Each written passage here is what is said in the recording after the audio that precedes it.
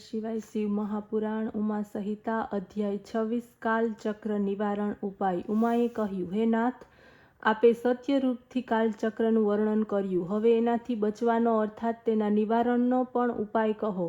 આ સાંભળીને મહાદેવજી બોલ્યા, હે દેવી ભગવતી, હું સંસારના હિત માટે સંક્ષેપમાં એનું વર્ણન કરું છું.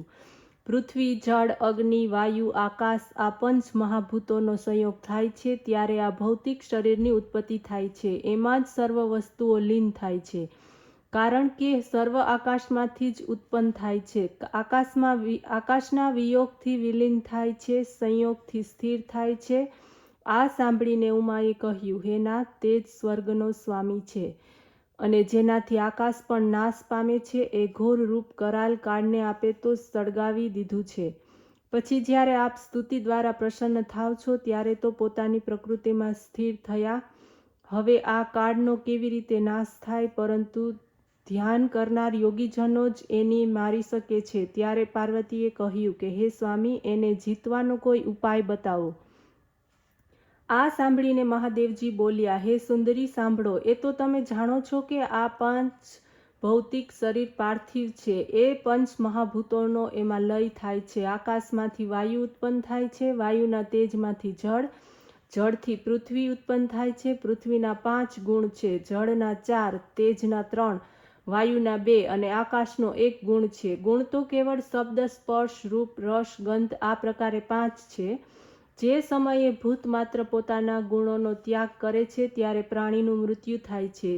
જે સમયે ગુણ ગ્રહણ કરે છે ત્યારે પ્રાણીની ઉત્પત્તિ થાય છે. હે દેવી, કાળને જીતનાર યોગીઓ આ ગુણનો વિચાર કરે છે. ત્યારે પાર્વતીએ કહ્યું, હવે આપ કૃપા કરીને એ વાત કહો કે યોગી જે મંત્રનો આશ્રય કરીને અથવા તે રીતે ધ્યાન દ્વારા આ કાળ ઉપર પોતાનો વિજય કેવી રીતે પ્રાપ્ત કરી શકે. સદાશિવ કહેવા લાગ્યા, સાંભળો. જ્યારે સર્વ પ્રજા સૂઈ જાય ત્યારે અંધકારમય સ્થાન ઉપર બેસીને દીપક વગેરે વિના સુંદર આસન ઉપર બેસીને યોગ કરવો. 1 કલાક સુધી પોતાના તર્જની આંગળીથી બંને કાન બંધ કરી દેવા. ત્યારે એને અગ્નિ દ્વારા પ્રેરિત એક શબ્દ સંભળાશે. આ રીતે નિત્ય આચરવું. આ પ્રમાણે 2 મુહૂર્ત સુધી આચરવામાં આવે અને એ શબ્દ સંભળાતો રહે તો પુરુષ પોતાની ઈચ્છા પ્રમાણે મૃત્યુને પ્રાપ્ત કરે છે. હે દેવી, આ શબ્દ બ્રહ્મરૂપ છે, પરમ સુખ આપનાર મુક્તિનું કારણ છે, તેમજ હંમેશા ઉપાધિ રહિત છે. જ્યારે આ પ્રમાણે એને જ્ઞાન થાય છે ત્યારે એને સુખની પ્રાપ્તિ થાય છે. કાળના પાશમાં જકડાયેલો, મોતના વશમાં થયેલો સાંસારિક માણસ આ શબ્દ બ્રહ્મને શું જાણવાનો હતો?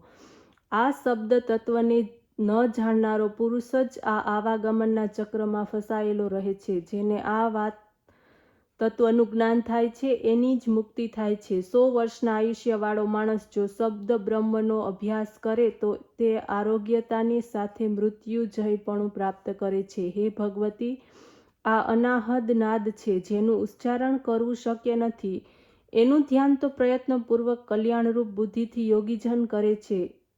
એ અનાહત નાદથી નવા શબ્દ ઉત્પન્ન થાય છે જેને યોગીઓ ઓળખે છે. આ ઘોષ, કાંસ્ય, શૃંગ, ઘટા, વીણા, રાજ, દુદુંભી, શંખ અને મેધ ગર્જિત આ 9 શબ્દોનો ત્યાગ કરવો. તુકાર શબ્દનો અભ્યાસ કરવો. આ પ્રકારનું ધ્યાન કરનાર યોગી ક્યારેય પણ પુણ્ય પાપથી લેપાયમાન થતો નથી. એનાથી જ મૃત્યુ પર વિજય પ્રાપ્ત કરનાર શબ્દ ઉત્પન્ન થાય છે. તેના 9 પ્રકાર છે. પ્રથમ આત્મશોધક ઘોષનાદ છે. આનાથી સર્વ વ્યાધિઓ દૂર થાય છે. બીજો કાંચ્ય, એનાથી પ્રાણીઓની ગતિ રોકાય છે. તે એ જ વિષભૂત ગ્રહ વગેરે તે બાંધનાર. ત્રીજો શૃંગનાદ છે. એ તો શત્રુઓનો મારણ, મોહન, ઉચ્ચાટન વગેરે અભિચારોને કરનારો છે. ચોથો ઘંટનાદ છે. એને શિવા કહેવામાં આવે છે.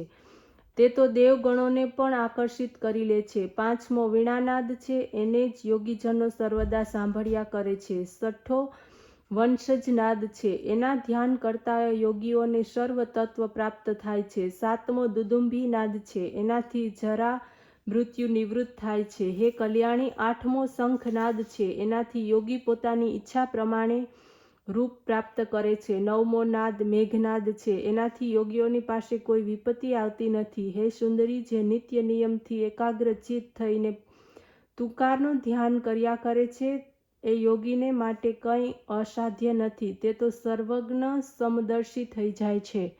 ઓમ નમઃ શિવાય.